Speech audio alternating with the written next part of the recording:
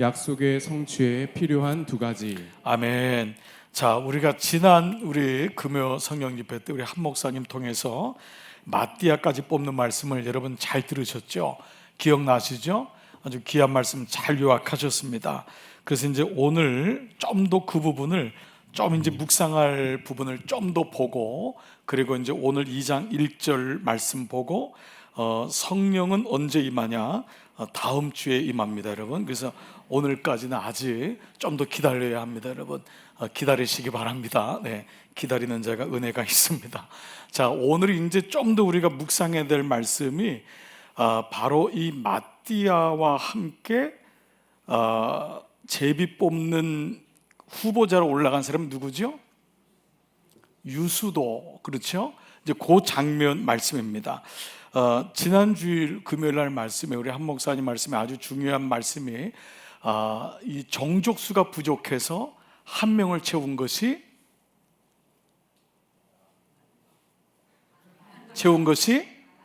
아니다. 그렇죠? 우리는 지금도 교회가 여러분 정족수에 의해서 움직이는 것으로 착각합니다. 여러분, 교회는 그런 곳이 아니에요. 하도 여러분들이 딴짓을 많이 하고 딴말을 많이 해서 회의를 통해서 그렇게 일단은 보편적으로 회의를 끌고 갈 때 정족수에 의해서 채워지지만은 하나님의 나라는 그렇게 하는 것이 아닙니다. 그건 하도 그냥 법이요하는 사람들이 많아서, 또 여러분 중에 혹이나 저같이 또 이렇게 무지하거나 또 마음대로 하는 목사가 있을까봐 회의를 통하여 규정을 통하여 된 것이지, 오늘 이 마띠아 한 명의 사도를 채운 것은 정족수, 쪽수를 채우기 위함이 아니라는 거예요. 11명으로도 충분해요. 아니, 한 명으로도 충분합니다. 사실 12제자는 예수님에게 도움이 됐던 사람이 아니에요. 이 사람 12명이 없으면 예수님은 날아다닐 뿐입니다. 근데 예수님 발목을 붙잡은 사람은 예수님의 12제자였어요. 여러분, 교회를 가만히 보면은 교회에 헌신하는 분들이 있습니다. 그런데 그 헌신하는 분들이 예수님의 발목을 붙잡습니다.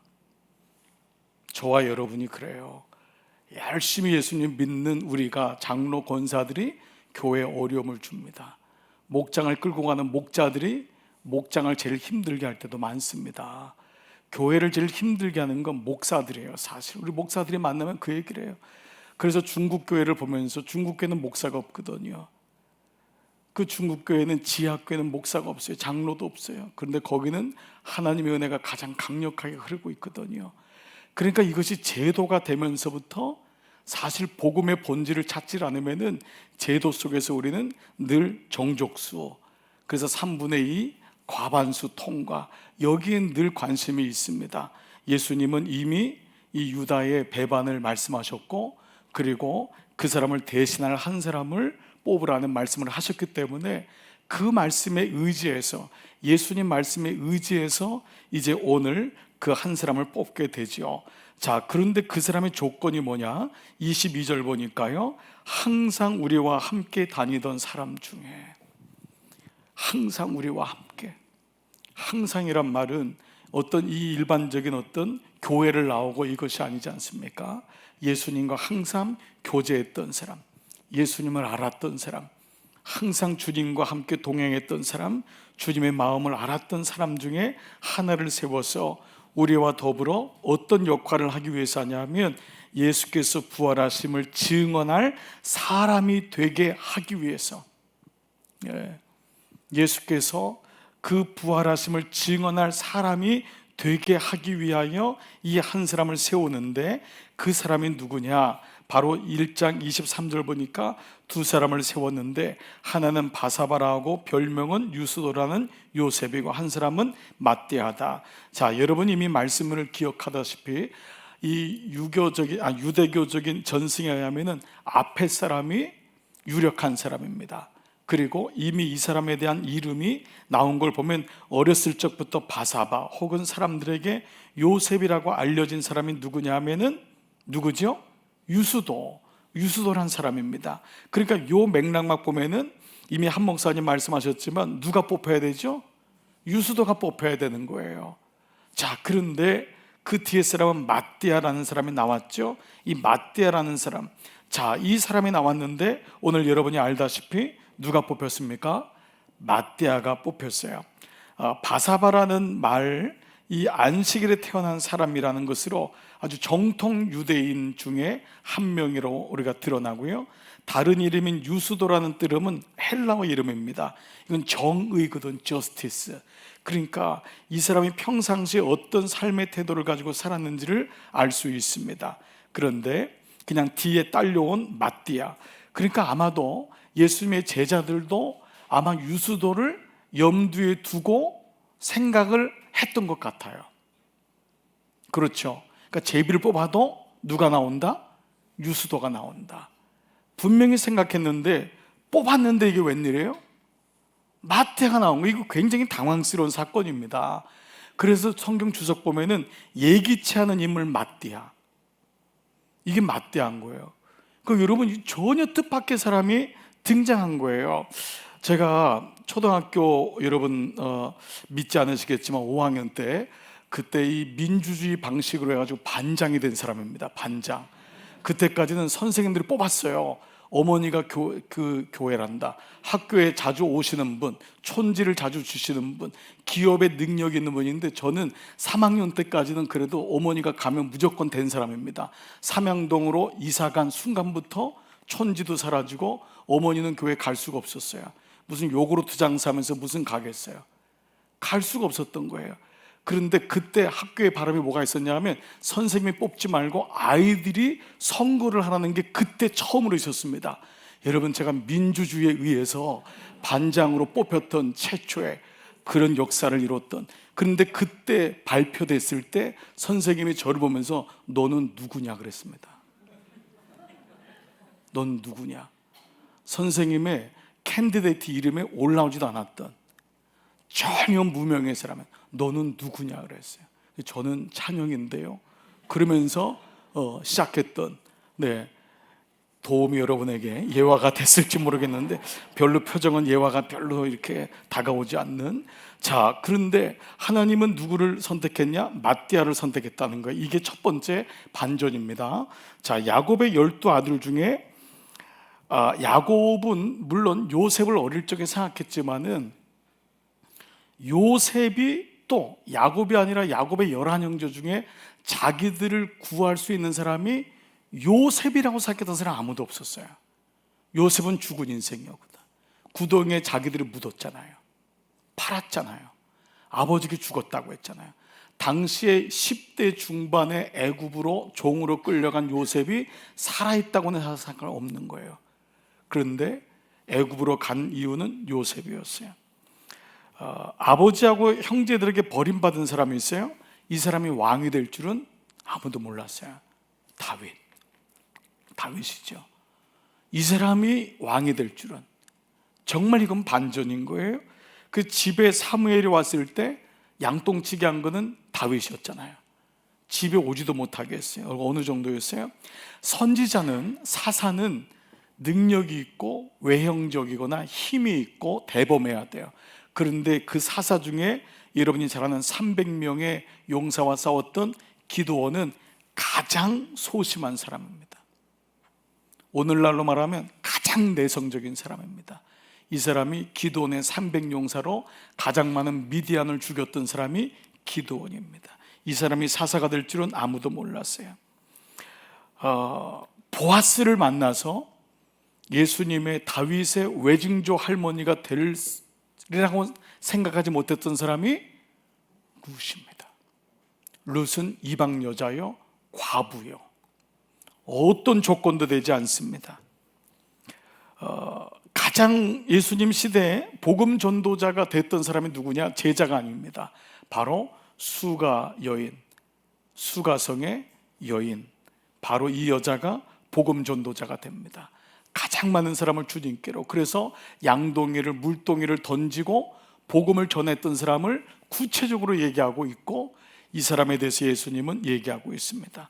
이후에 예수님의 발목을 붙잡았지만 전 세계를 변화시키고 이 복음에 앞장서서, 물론 다 순교했지만 그 사람이 누구죠?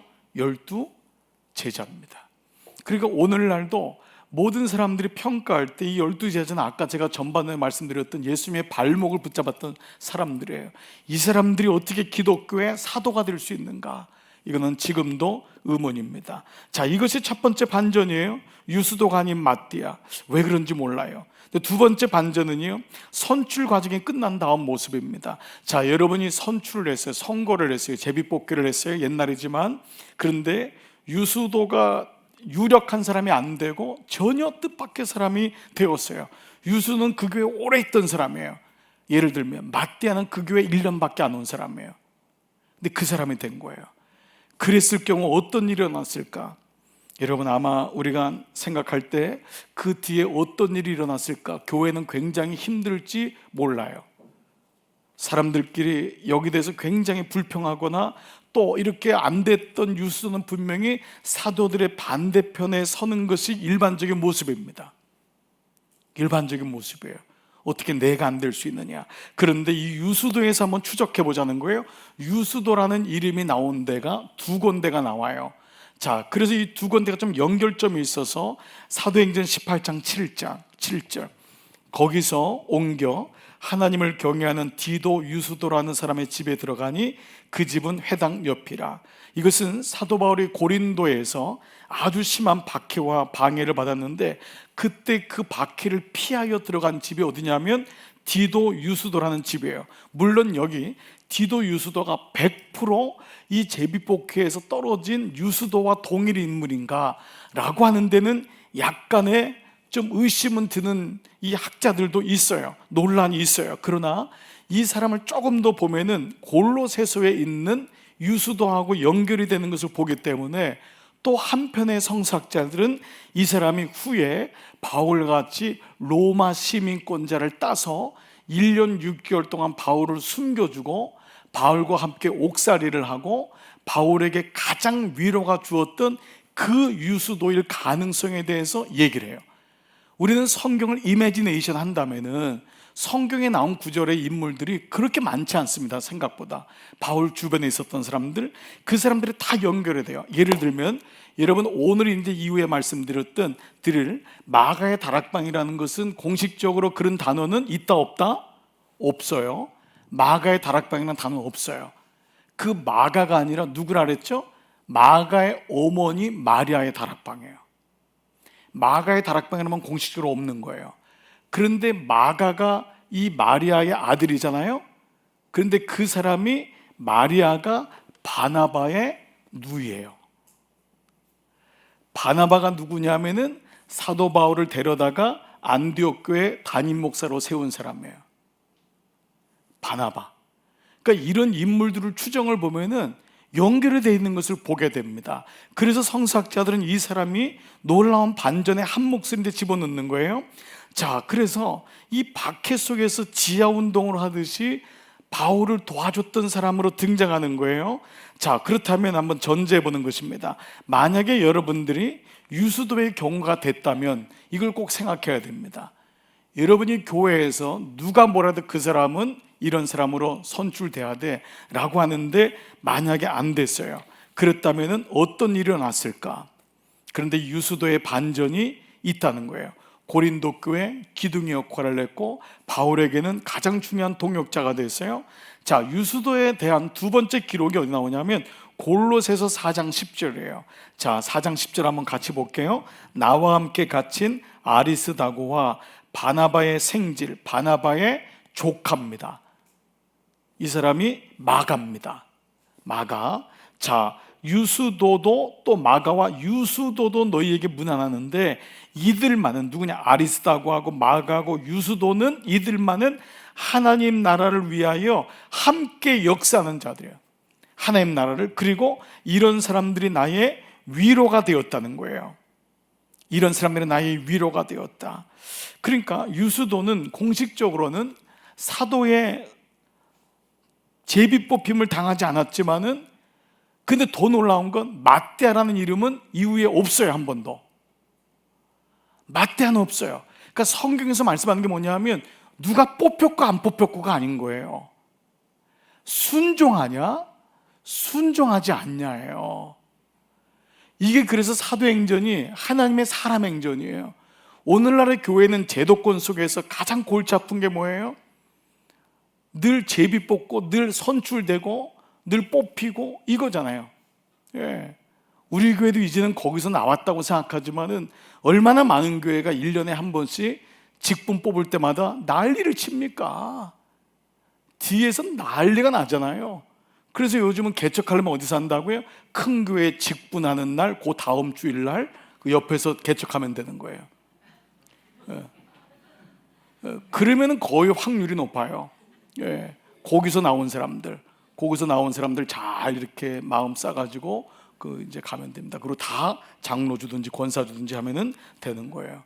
이게 왜 이렇게까지 됐죠? 그러니까 오늘 이 말씀으로 본다면은 사도로 제비 뽑히냐 안 뽑히냐가 중요한 게 아니라 그 가운데 어떠한 역할을 하느냐인 거예요. 사도로 뽑혔지만 맞대는 한 일이 없어요. 사라진다고요. 유수도는 안 뽑혔는데 만약에 디도 유수도가, 그리고 골로새에 나와 있는 것은 유수도가 명확하거든요. 그러면 이 사람들은 정말 진짜 하나님의 사람인 거예요. 하나님과의 관계 속에서 섬긴 거예요. 사람들의 관계가 아니라는 거예요. 그러니까 사도가 되지 못한 자로 가장 위대한 사도의 역할을 감당하고 바울과 함께 옥에 갇히고 바울에게 위로가 되고 하나님 나라를 위하여 함께 역사했던 자가 됐다라는 것을 우리에게 보여주고 있습니다. 그러니까 오늘 ματ대아 사건을 우리가 다시 한번 좀 가슴에 새겨보자고요. 예. 그래서 정말 이 모습이 우리 안에 이루어져야 됩니다. 자, 여러분, 제가 처음에 여러분에게 조금은 그런 말이 조금 마음에 걸릴 줄 몰라요. 예? 교회에 가장 오래된 분이, 교회에 가장 헌신하는 분이 사실은 교회를 가장 어렵게 할 수 있는 확률이 높다. 이 말은 우리 모든 자에게는, 저를 비롯한 우리 모든 자에게는 새겨야 됩니다. 그렇지 않으면은 우리가 늘 주도권 붙잡고 있다고 생각하는 거예요. 몇 사람이 교회 일을 한다고 생각하는 거예요. 우리는 언제든지 놓을 수 있는 자가 되어야 되는 거예요. 그리고 정말 누구든지 와서 섬길 수 있는 자가 되기 위해서 우리는 마중물이 된다고 하는 그 마음은 하나님과의 관계에서만이 가능한 겁니다. 하나님이 없기 때문에 내가 다 붙잡고 있는 거 아니에요. 내가 다 영광 받으려고 하고. 그 어느 순간에 우리를 통하여서 하나님의 사람들이 들어오는 거예요. 내가 있어야만 되는 것이 아니라 내가 없어도 되는 교회가 진짜 좋은 교회 아니에요? 그러니까 여러분, 처음 안디옥 교회 담임 목사인 바울하고 바나바가 선교사로 빠져나가잖아요. 교회는 안 된다고 하지만 금식하면서 교우들이 울면서 그 둘을 파송했는데 온 안디옥과 소아시아가 복음으로 차잖아요. 만약에 안디옥 교회가 두 사람만 붙잡고 있고 두 사람도 우리 아니면 안 돼 라고 했다면 그들은 그냥 안디옥 교회에 있는 겁니다. 사도행전이 계속 그걸 이루어지잖아요. 그래서 나머지 10사람의 이 사도들도 예루살렘에 머물면서 우리 아니면 안 돼라고 하잖아요. 그런데 바울을 통하여, 바나바를 통하여 저쪽에 복음이 필요합니다. 이방인들에게. 그래서 그들이 옮기잖아요. 이방인으로. 그리고 하나님은 그들을 다 죽이잖아요. 예, 순교시키잖아요. 그래야지 되는 거니까. 민수기의 말씀 보세요. 모세가 붙잡고 있으면 사람들은 모세가 영웅이라니까요. 모세에서 끝내야 되는 거예요. 넌 가면 안 돼. 모세 입장에서 보면, 모세 가족 입장에서 보면 이건 이렇게 억울할 수가 없잖아요. 교회 건축할 때 제일 많이 헌금한 사람인데, 이 교회는 내 교회인데 말이야. 여러분, 70년 100년 된 교회 가면요, 교회 이런 장도 다 못 움직입니다. 이거 못 움직여. 다 이거다 이름을 써놨어요. 누구 기증, 누구 기증, 누구 기증. 그래서 이거 하나 움직이려면은 난리가 납니다. 이거 저 장로님이 기증했는데, 저 의자 누가 기증했는데, 다 이거 다 써놓은 거예요. 그러니까 뭐 하나 새롭게 할 수가 없는 거예요. 그게 오늘날 많은 교회들이 가지고 있는 모습입니다. 그러니까 여러분, 이런 모습을 본다면은 오늘 우리는 이 모습이 다시 우리에게 들어와야 돼요. 예. 주님, 저는 마중물이 되겠습니다. 예. 그때 우리는 정말 그게 하나님에게 상급받는 일입니다. 여러분, 우리 교회는 그런 교회가 되는 줄 믿습니다. 또 여러분 또 그런 마음으로 섬기셔야 됩니다. 그래서 정말 오래된 분일수록 그런 마음으로 이것이 필요합니다. 자, 하나님의 반전은 이렇게 1장에서 2장으로 넘어가기 전에 이런 작업 정리를 하시는 것입니다. 하나님의 눈에는 모든 사람들이 귀한 거예요. 사람들의 눈에만 제비 뽑히고 안 뽑히고의 그것이 아닙니다. 자, 이제 2장으로 넘어가 보겠습니다. 첫 절이 바로 2장 1절, 다 같이 시작. 오순절 날이 이미 이름에 그들이 다 같이 한 곳에 모였더니. 여러분, 이 단어에는 두 가지의 약속이 이루어지기 위한 두 가지의 조건이 필요합니다. 첫 번째는 오순절 날 시간입니다. 두 번째는 다 같이 한 곳 장소입니다. 약속이 되려면 여러분, 누구하고 약속하려면 두 가지가 꼭 필요하죠. 어디서 언제 만나자, 이게 약속입니다. 그렇죠? 그냥 만나자라고 하면 안 됩니다. 네. 아멘. 네. 네. 끄셔도 될 것 같아요. 네. 오케이. 자, 여러분 보세요. 제가 그 이승호 목사님 지난주에 오셨던 이승호 목사님 전형적인 충청도시잖아요. 그런데 이 목사님 아주 재미있어요. 이 목사님이랑 목사님 만나시죠 하면 꼭 오는 게, 이제 만나시죠 하면 제가 시간하고 장소를 알려주세요잖아요. 그러면 오는 카톡이 만나지 뭐. 아니, 만나지 뭐 이래요. 그런지 그 만나겠다는 거예요, 그게. 그래서 제가 그럼 어디서요? 그러면 어디서 만나지 뭐. 그 다음에 언제 만날 거예요? 때가 되면 만나겠지 뭐. 근데 지금까지 계속 만나고 있어요. 그러니까 참 신기하죠. 근데 그게 이제 결국은 뭐예요? 좁혀가는 거잖아요. 어디서 만날 거냐, 언제 만날 거냐. 그러니까 그 목사님은 그 몇 번의 카톡을 통하여 스케줄을 조정하는 거예요. 저는 조정한 다음에 들어간 거고, 목사님은 그때부터 조정하는 거예요. 그 시간의 텀만 다를 뿐이지 마지막 카톡 몇 번 왔다 갔다 하면은, 물론 그게 좀 길어서 문제지만은 한 대여섯 번 왔다 갔다 하다가 장소와 시간이 나와요. 자, 그래서 오늘은 그 장소와 시간에 대해서 좀 말씀을 드릴게요. 자, 먼저 장소에 대한 말씀을 지난 금요일 날 만났는데 좀 더 한번 볼게요. 우리가 흔히 얘기하는 마가의 다락방이라고 했는데 엄밀하게는 누구의 다락방이라고요? 어머니 마리아의 다락방이에요. 그냥 그 아들이 외아들일 가능성이 많아요. 그래서 그 아들이 어머니의 재산을 상속받았기 때문에 마가가 등장하지만은 어머니예요. 자, 사도행전 12장 12절 시작. 깨닫고 마가라 하는 요한의 어머니 마리아의 집에 가니 여러 사람이 거기에 모여 기도하고 있다. 자, 여기도 누구의 집이요? 마리아의 집이라고요. 그러니까 마가의 집이 아니에요. 마가라고 하는 요한의 어머니, 마가는 헬라어 이름이에요. 요한은 유대교 이름인 거예요. 그 마가의 어머니 마리아의 집인 거예요. 이미 거기 모든 사람이 모여 기도하고 있었던 거예요. 그러니까 여기서 이미 성령 받고 여기가 일종의 교회가 된 거예요.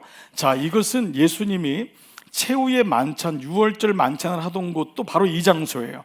누가복음 22장 12절 한번 보시죠. 마땅히 할 말을 성령이고 그때 너희에게 가르치리라.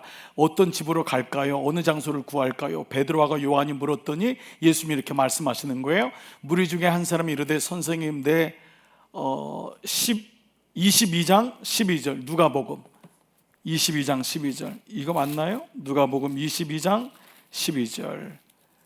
자, 누가복음 22장 12절. 그리하면 그가 자리를 마련한 큰 다락방을 보이리니 거기서 준비하라 하시니 그들이 나가 그 하신 말씀대로 만나 유월절을 준비하니라. 그 자리를 마련한 큰 다락방이 어디죠? 바로 마가, 오늘 우리가 말하는 마리아의 다락방입니다. 말씀은 맞아요. 잘못 말한 건데. 자, 그런데 놀랍게도 이 장소가 그 연관된 사람들을 소개하고 있어요. 그곳이 마리아의 다락방이라는 거예요. 그리고 마가라는 요한의 다락방, 두 사람이 등장하는 거예요. 자, 이 마가의 어머니 마리아가 오늘 이 집의 주인이고, 아까 말씀드렸죠. 이 사람의 남동생이 누구냐면 초대교회 안디옥 교회 담임 목사인 바나바. 그래서 이 바나바가 어떤 사람이냐? 바울이 그 다메섹 가는 도중에 그 눈이 멀죠. 거기서 회심을 하게 되죠. 그러면서 그때 아나니아의 집에 갔을 때 아나니아의 안수를 통해 낫지만은 그 다음에 그는 다소 자기 집에 직거하게 되고 거기서 아라비아 광야 3년, 지금으로 하면 신학생 수업을 받은 거예요. 3년 받고 아무도 찾지 않아요. 광야를 통과했지만 사울이 누군 줄 알기 때문에 아무도 사울을 찾잖아요. 다소에서 몇 년 있었냐? 10년을 있어요. 여러분, 사울이 다메섹에서 은혜 받고 곧바로 간 게 아니에요. 13년 동안 그가 기다려요. 아무도 찾지 않는 거예요. 생각해 보세요. 여러분, 범죄했던 사람이, 살인하고 예수님 믿는 사람은 불 지르고 막 이랬던 사람인데 그 사람이 갑자기 은혜 받고 신학교 갔다는 거예요. 그러면 그 사람을 여러분들이 부를 수 있어요? 못 부르잖아요. 분명히 예수님 만났다고 하지만 아무도 부르지 않는 거예요. 그래서 다소에 가서 성경 보는 거예요. 다소에 가서 묵상하고, 그 시간이 10년입니다. 그 10년 동안 직거하고 있는, 아무도 존재 가치를 모르고 있는 사울을 데려다가 안디옥 교회 공동 담임 목사로 세운 사람이 바나바입니다. 대단한 사람입니다. 왜냐하면 바나바는 굉장히 내성적인 사람이에요. 성경 교사입니다. 근데 사울은 선교사거든요. 사울은 배포가 있는 사람이고요. 사울은 큰 그림을 그릴 줄 알고, 사울은 당시에 로마 시민권을 가진 사람이고, 사울은 무엇보다 히브리어도 능통하고 헬라어도 능통하고 전 세계를 보는 눈이 있었던 사람이에요. 그러니까 바나바는 자기가 볼 때, 안디옥 교회 볼 때, 안디옥 교회 내가 혼자 목회하면서 은퇴하면 얼마나 좋아요. 그런데 자기의 능력이 없는 거예요. 그런데 하나님의 역사는 크고, 분명히 하나님의 역사가 있으니까 누구가 생각난 거지? 하나님이 사울을 생각나게 한다고요. 근데 여전히 사울은 누구죠? 살인자잖아요. 시간이 지났지만 그 사람을 데려다가 안디옥 교회에 소개하고 자기가 보증을 해가지고 담임 목사로 세워서 안디옥 교회를 안디옥 교회가 되게 한 사람이 바나바예요. 이게 진짜 기가 막힌 얘기입니다. 이 사람이 얼마나 사려 깊고 이 온유했는지 바나바를 별명이 있습니다. 이 사람이 위로의 아들입니다. 위로의 아들. 자, 여러분, 이 말씀이 사도행전 4장 36절, 구브로에서 난 레위족 사람이 있는데, 구브로는 헬라파 지역이거든요. 이방이거든요. 거기에 레위파, 유대인인데 헬라인 쪽이에요. 그렇죠? 코리안 아메리칸식으로 주이시, 그리고 구브로 사람인 거예요. 이름은 요셉이라 사도들이 일컬어 뭐라고요? 바나바. 그런데 번역하면 위로의 아들이다. 근데 여러분, 옛날 개역 성경 혹시 기억나세요? 거기 뭐라고 했는지 아세요? 권위자라고 했어요. 권위자. 그래서 이것을 잘 번역이 어려워가지고 권위자가 권위가 있다는 뜻이 아니라 권면하고 위로한다는 뜻이에요. 근데 우리는 권위자라고 해가지고 바나바가 굉장히 권위가 있는, 오토리티가 있는 사람인 줄 아는데 그게 아닙니다. 그래서 영어 성경에도 The Son of Encouragement 한번 올려줘 보세요. Son of Encouragement. 네, 이게 이제 첫 번째 NIV 성경이에요. 이게 encouragement가 이제 격려한다는 거잖아요. 근데 원래 원어로 갖고 오냐면 consolation이라는 뜻이 있어요. 이 consolation은 뭐냐 하면은 구체적인 답이 있는 사람이에요. 그러니까 이 consolation money가 뭐냐면 위자료라는 뜻이거든요. 그러니까 그냥 인커리지먼트 위로만 하는 건데, 위자료는 뭐예요? 그 사람을 실제로 돕는 돈을 주는 거잖아요. 그러니까 이 바나바는 어떤 사람이냐면 그냥 말로만 위로하는 사람이 아니라 처방과 답을 가지고 있었던 아주 좋은 성경 교사였어요. 아주 목회자로서는 이 바나바 같은 사람만큼 없는 사람이 이 바나바 사람입니다. 그런데 성경은 보면은 초대교회가요, 마리아의 집에서, 여기서 마리아가 뭐죠? 그 집을 드린 거잖아요. 그래서 그 집에서 마가의 다락방에서 성령 역사가 일어나고 예수님의 유월절 만찬이 거기 있고 거기서 제자들이 모여서 교회가 된 거예요. 근데 그 마리아의 남동생이 바나바예요. 몇 명이 아닌데 그 사람들로 인해서 하나님의 은혜가 이루어지고 있는 것을 보게 됩니다. 자, 이 바나바가 또 어떤 사람이냐? 이 37절 보면은요, 그가 밭이 있음에 팔아 그 값을 가지고 사도들 앞에 두니라. 이 바나바는 말로만이 아닌 또 실제로 그의 삶에서 이런 헌신을 했던 사람인 거예요. 그냥 장소가 그냥 교회가 되는 것이 아닙니다.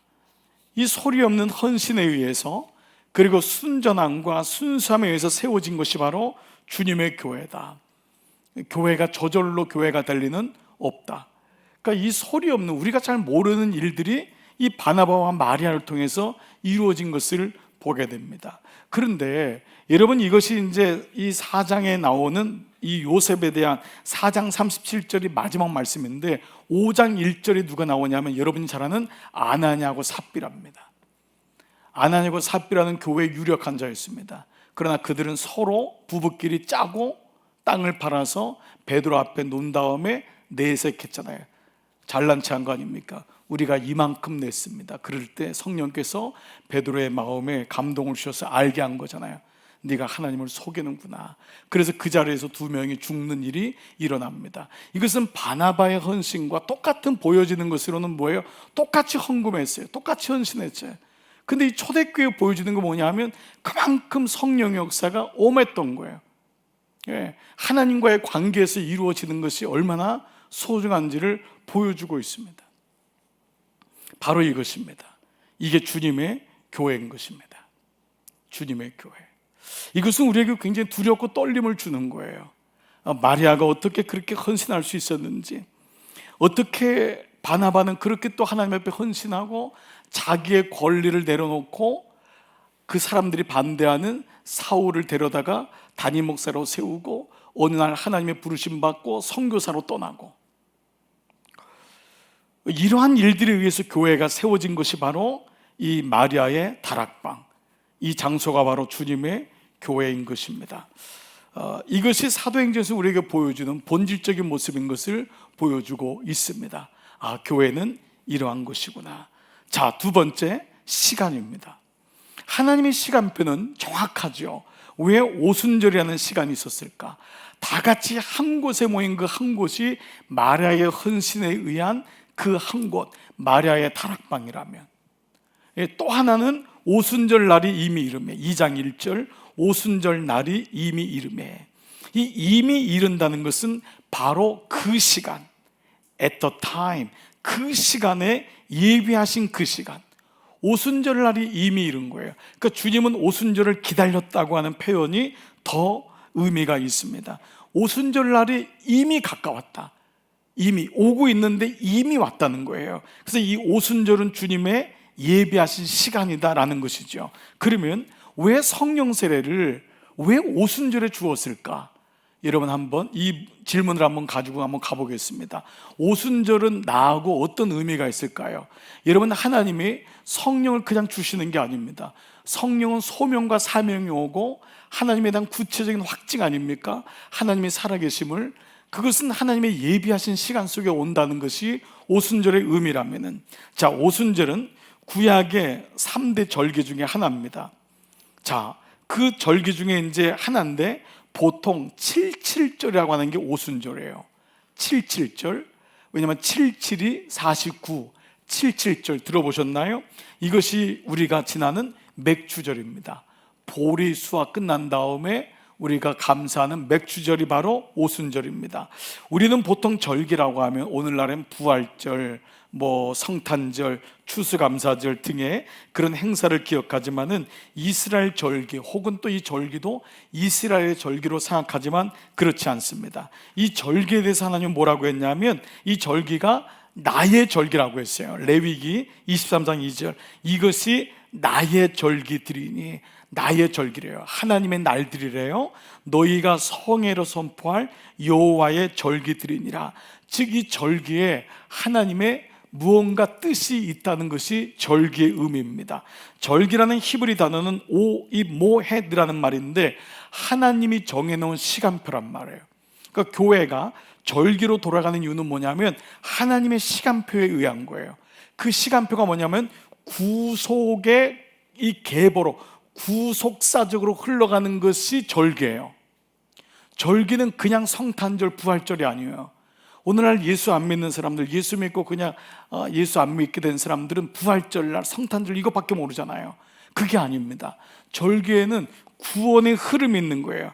구원의 흐름. 왜냐하면 이것이 하나님이 정해놓은 시간표이기 때문에, 그래서 하나님이 부르시는 절기부터 해서 마지막 구원을 이루는 절기까지로 끝났는데, 첫 번째 절기가 바로 여러분이 잘 아는 유월절이에요. 그 유월절에서 시작하는 거예요. 모든 절기는. 자, 유월절은 뭐였죠? 이스라엘은 애굽에서 노예로 430년 동안 있었죠. 아무것도 할 수 없는 거예요.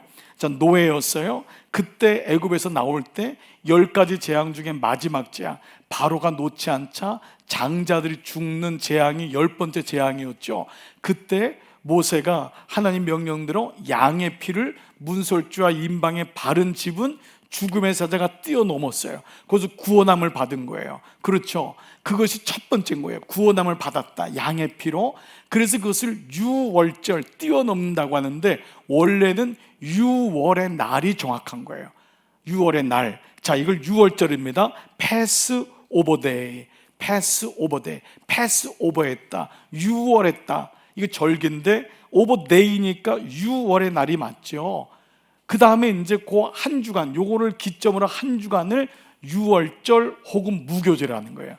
예수님이 유월절 날 예루살렘에 입성하시잖아요. 그걸 또 다른 말로 무교절이라는 것은 패스 오버된 날, 주님께서 우리를 애굽에서 구출한 날, 누룩이 없는 무교, 누룩이 없는 떡, 쓴나물을 먹으면서 일주일 동안 우리가 이렇게 노예 생활할 때 주님이 우리를 불러내셨어. 이게 바로 무교절입니다. 일주일 동안이. 이해되시죠? 자, 그 시간이 이제 이 무교절과 유월절인 거예요. 하나님이 기뻐하지 않는 누룩을 제한 떡을 먹으면서, 근데 동시에 하나님은 또 이 유월절을 지나면서 유월절 패스 오버데이 때부터 77이 49, 77절을 주셔서 이 7은 완전수잖아요.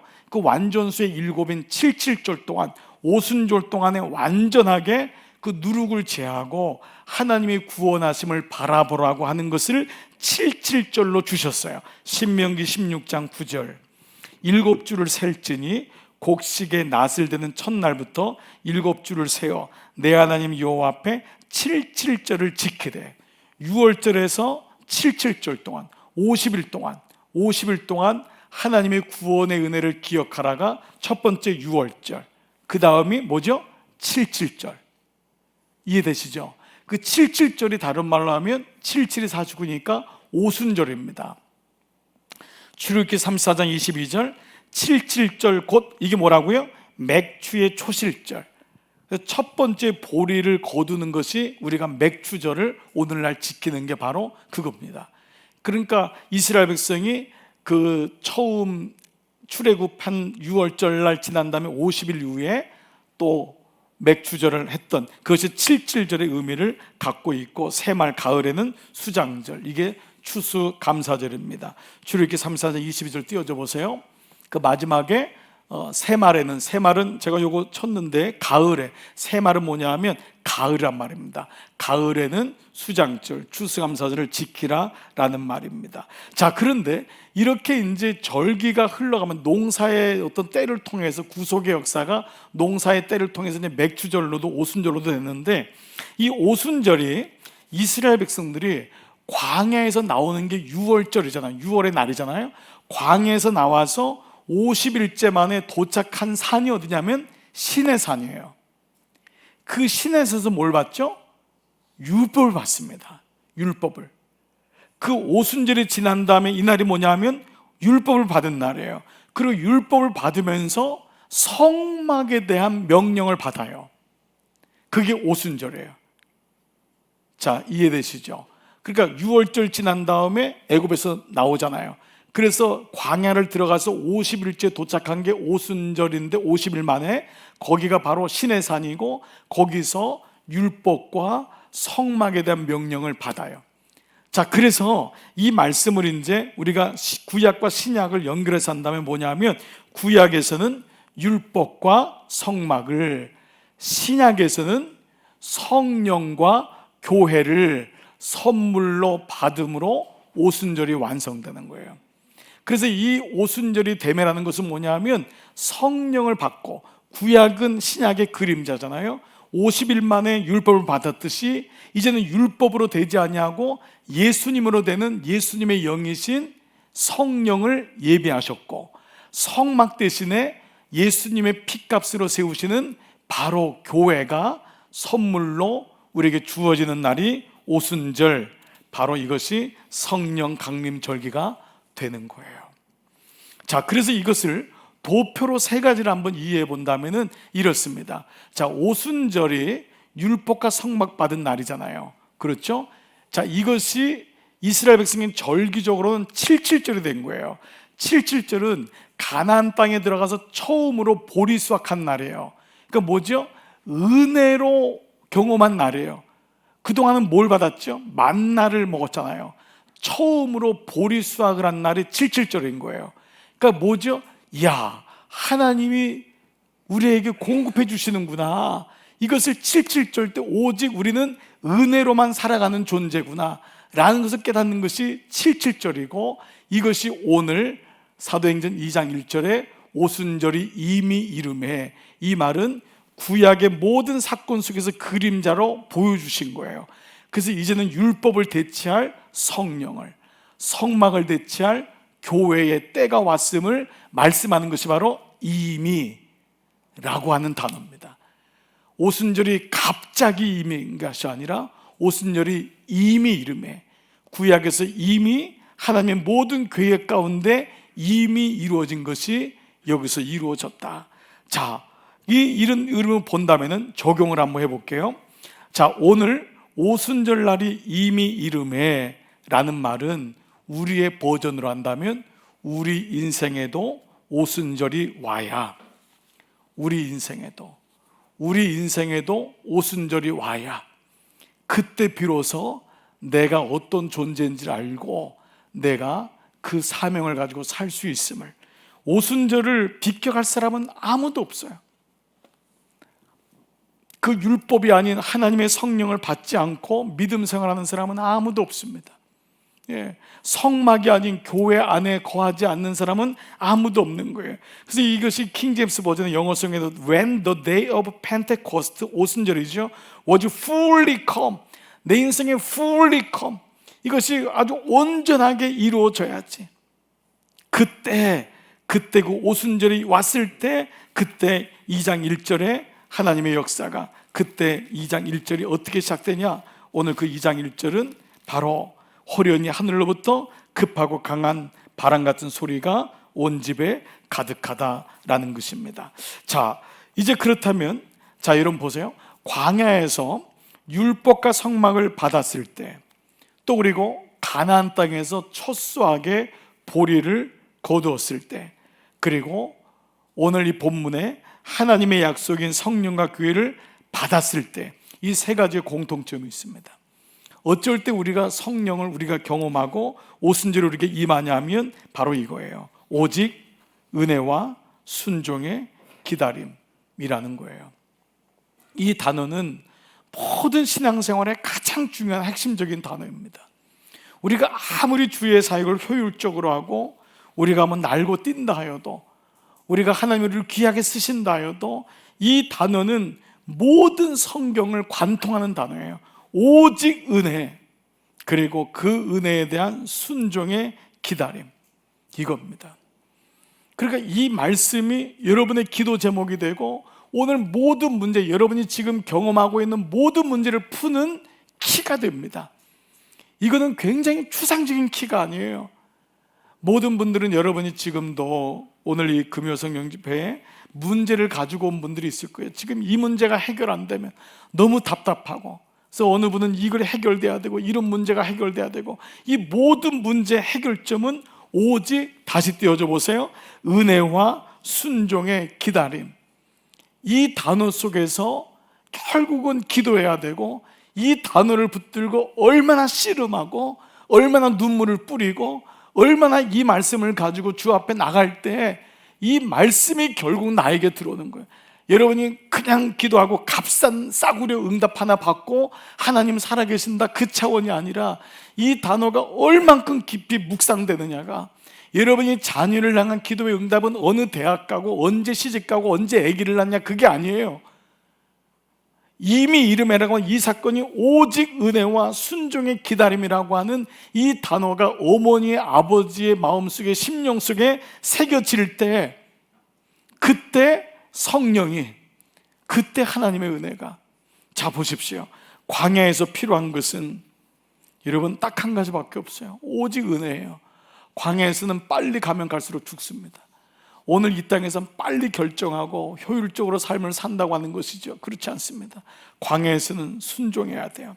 기다려야 되는 거예요. 늦게 가는 것 같지만 결국은 말씀을 가진 자가, 나침판을 가진 자가 이기는 거예요. 결국은 그 원리를 가지고 나가는 자. 여러분, 이것이 77절에 보리를 수확할 때 보세요.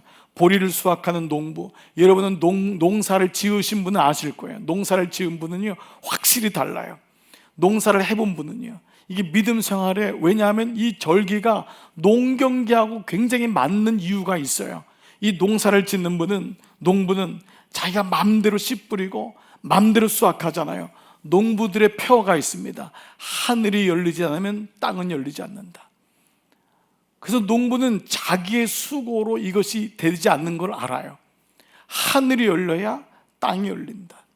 이게 수확에 대한, 즉 가나안 땅에서 첫 수확 77절 오순절을 경험하면서 첫 번째 보리를 얻으면서 이것이 내 땀의 눈물이구나, 내 수고의 열매구나가 아니고 하나님의 은혜구나 라고 하는 것을 매 순간 기억하는 거예요. 그것이 결국은 하나님과의 관계가 이루어지는 거예요. 그리고 오늘 마지막 세 번째, 하나님의 약속인 성령과 교회를 받았을 때, 여러분 사실 이 마가의 다락방은 오늘 이제 9절 다음 주로도 2절부터는 거기 호련히 바람이 임하고 성령이 임했지만 사실 그 방 자체는 두려움의 방이요, 그 방은 불안의 방이요, 그 방은 의심의 방이었던 거예요. 제자들은 그 안에서 벌벌벌 떨었어요. 나가지도 못했어요. 나가면 죽고, 그 안 서로 의심하고, 정말 예수님이 올까 서로 불안하고, 그러니까 불안과 의심과 낭망하고 절망했던 것이 바로 그 마가의 다락방인 거예요. 근데 그때 뭐죠? 오직 은혜와 순종의 기다림 속에 약속하신 것을 기다렸을 때, 성령이 왔을 때, 여러분 가장 초조함, 이 불안함의 대명사가 누굽니까? 베드로 아닙니까? 베드로가 빠르다는 이유는 뭐냐면 불안한 거예요. 보챔이 가장 심한 사람이 베드로 아니에요? 가장 거절감이 큰 사람이 누구예요? 요한 아니에요? 가장 의심이 많은 사람이 누구예요? 도마 아니에요? 그 12명의 제자가 그 마가의 그 마리아의 다락방 안에서 얼마나 힘들었겠어요. 근데 그 안에서 예수님이 기다리라고 하셨던 그 성령을 받았을 때에 그들의 삶 속에 결국 불안과 두려움과 의심이 사라지는 일을 경험하게 됩니다. 이것은 아주 인생의 본질적인 부분을 보여주고 있습니다. 여러분이 아마 이 시간도 우리가 주님 앞에 나와 기도하는 이유는 바로 이겁니다. 우리 인생에 있는 불안, 두려움, 의심, 이 부분은 하나님의 영이 없으면 결코 해결될 수 없음을 말씀하고 있어요. 마지막 말씀에 좀 결론을 맺을게요. 오순절 날이 이미 이름에, 자, 하나님의 사람 마크 두퐁이라는 분이 책 하나를 썼는데요. Pursuing Open Heavens, 열린 하늘을 통하여 하나님을 경험하라. 열린 하늘을 통하여 하나님을 경험하라. 아주 좋은 책인데요. 이 성령을 기다리는 우리의 마음에 대해서 이렇게 말했어요. 성령을 기다리는 우리의 마음, 한번 여러분 들어보세요. 절망하고 상한 심령이 된다는 말은 우리의 잔이 비었음을, 우리의 심령이 파산하였음을 깨닫는 것이요, 내 마음에 절망하고 상한 심령이 되었다는 것은 내 심령이 잔이 비고 파산하였음을 깨닫는 것이고, 즉 우리가 경험한 모든 것이 이미 예비하신 하나님의 영광에 비해서 진실로 하잘 것 없는 것이라는 것을 깊이 느끼는 것이다. 우리가 경험한 모든 것, 내가 알고 있고 눈으로 보는 것으로 인하여 하나님을 결정하고 하나님에 대해서 성급하게 결정하고, 이것이 아니라 내가 이미 예비하신 하나님의 영광에 비하면은 아무것도 아니구나, 훨씬 그 영광이 너무도 크구나. 우리는 늘 보여지는 것만 가지고 늘 살아갈 때가 많잖아요. 그것이 아니라는 거예요. 그래서 내가 가지고 있는 경험한 모든 것이 하나님의 영광에 비하면은 진실로 하잘 것이 없는 것이라는 걸 깊이 느끼는 것이다. 바로 그 순간이 성령께서 일하는 시간이다. 성령님은 결국 오직 은혜와 순종의 기다림 속에서 그 아파하고 하는 마음속에, 절망스러운 마음속에서 그때 오는 거예요. 사실 어쩌면요, 기도의 응답은 이미 내가 기도의 자리에 온 순간에 이루어졌다는 걸 여러분 아세요? 기도의 응답은 내가 기도의 응답을 받아서가 아니라 내 심령이 파산되고 도무지 해결할 수 없는 일 때문에 주님 앞에 나오는 그 시간이 이미 응답의 시간이라는 거예요. 그 시간이, 주님은 응답을 주려고 기다리는 것이 아니라 그 사람이 내게로 나오기를 기다린다는 거예요. 그 순간에 이미 이루어지고 있다는 거예요. 우리는 어디로 갈까요? 어떻게 할까요? 이 사업의 문제를 어떻게 할까요? 아이들의 문제를 어떻게 할까요? 그런데도 기도하지 않는 건 뭐냐면 아직도 내 영혼이 내가 해결할 수 있다고 생각하는 교만함이 내 안에 있는 거예요. 여러분 스스로는 교만하지 않다고 생각하죠? 여러분은 정말 교만하다고요. 정말 교만하다고요. 하나님 앞에 절대 울지 않고 하나님 앞에 엎드리지 않잖아요. 그러니까 여러분, 정말 교회에서 하나님이 사랑하시는 자는 그 문제 때문에 하나님 앞에 상한 심령이 돼서 울 수밖에 없는 자인 거예요. 울 수밖에 없는 자, 애통하는 자, 그 마음이 될 때 이미 거기에 응답이 되는 거예요. 조금만 된다면 얼마나 우리는 우쭐해요. 조금만 된다고 하면, 제비 뽑히면 우쭐대고. 그러나 하나님의 사람은, 성경은 유수도도 그렇게 살았음을 얘기하고, 마리아의 헌신은 보이지도 않고, 바나바는 자기보다 낫다고 생각해 그 사람을 데려다 자기 자리에 앉히고, 이게 계속되는 자기 자신을 부인하는 사건이 계속해서 이루어지고 있는 거예요. 자아가 굴복되고 그 앞에 엎드려지니까. 그래서 그때 하나님이 이미 응답하시고 우리에게 약속하신 건 훨씬 크다는 거예요. 이 약속을 믿는 것입니다. 사랑하는 여러분이요, 오순절이 이미 이름에, 이미 그 날이 주님 저에게는 오순절입니다. 여러분이 해결할 수 없는 부분이 있죠? 그게 바로 오순절이 이미 이름에, 오직 은혜와 순종의 기다림이 내게 있는 거예요. 그것이 나에게 오순절이 이미 이름에, 그 시간이 성령의 도움을 받고, 그 시간이 내가 항복하는 시간이고, 그 시간이 내가 성령의 강한 바람 같은 것이 내게 들어와 나로 인해서 주님의 은혜가 없으면 살 수 없습니다. 그 고백이 이루어지는 시간이라고 믿습니다.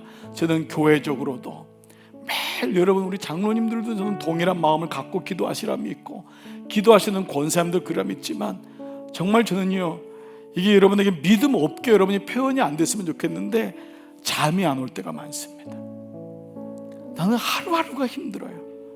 하루하루가 위기예요. 그래서 하나님께 머리를 조아리고 지혜를 달라고, 하나님 좀 도와달라고, 그 기도가 안 나올 수가 없어요. 여러분의 가정은 만만하십니까? 그냥 흘러간다고 생각하십니까? 그렇지 않습니다. 우리는 매 시간이 오순절이 되어야 됩니다. 이미 하나님의 오직 은혜와 순종의 기다림이 있어야지만 그때 내가 주님하고 연결이 됩니다. 조금만 잘 되면, 바울은 나중에 뭐라 했죠?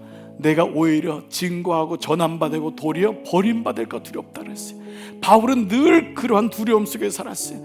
바울은 어느 곳에 가든지 설교하고, 가면은 뭐 그게 그 옷을 갖다 주면은 거기서 병자가 낫는다는데 나는 오히려 버림될까 두렵도다. 그 마음을 가지는 마음이 오순절을, 이미 오순절입니다. 나는 성령님 없으면 살 수가 없습니다. 성령님 도와주세요. 그것이 매 순간마다 연결되니까 성령과의 통해, 성령과의 통해. 한 분이 1:1 양육에 이러한 기도 제목을 올려서 제가 여러분하고 나눌게요. 주님께 기도할 때, 문제가 있을 때 기도하는 건 늘 해왔는데 주님하고 동행한다는 게 아직도 잘 모르겠어요. 저는 굉장히 솔직한 질문이라고 생각해요. 주님과 동행하는 게 너무 어려워요. 저는 오랫동안 예수 믿었지만 목사님 주님과 동행한다고 말씀을 계속하시는 그 말씀이 잘 모르겠어요. 도와주세요. 여러분, 이게 믿음 생활의 가장 중요한 것 아닙니까? 성령님을 매 시간 의식하고 주님과 동행하는 거예요. 그게 주님과 사귀는 것입니다. 주님과의 사귐. 그래서 성령의 오늘 능력은요, 갑자기 불 받아가지고 능력 받아서 선교사 되고 목사 되고 신학교 가는 게 아니에요. 그것은 성령이 오면서 매 순간 주님 없으면 살 수가 없습니다. 오순절의 이미 이름에 동행의 역사를 이루어줄 수 있다면 정말 여러분 이것이 아름다운 믿음이고 귀한 믿음인 줄 믿습니다. 사랑하는 여러분, 오늘 이 마음 가지고 주님 내게 오순절이 이미 이르게 하심을 감사합니다. 이렇게 저의 마음에 기도할 수 있는 마음 주시고 저에게 이 갈급한 마음 주시고 오직 은혜와 순종의 기다림 주심을 감사합니다. 이 마음 가지고 이 저녁도 기도하는 여러분 되시기를 주의 이름으로 축복합니다.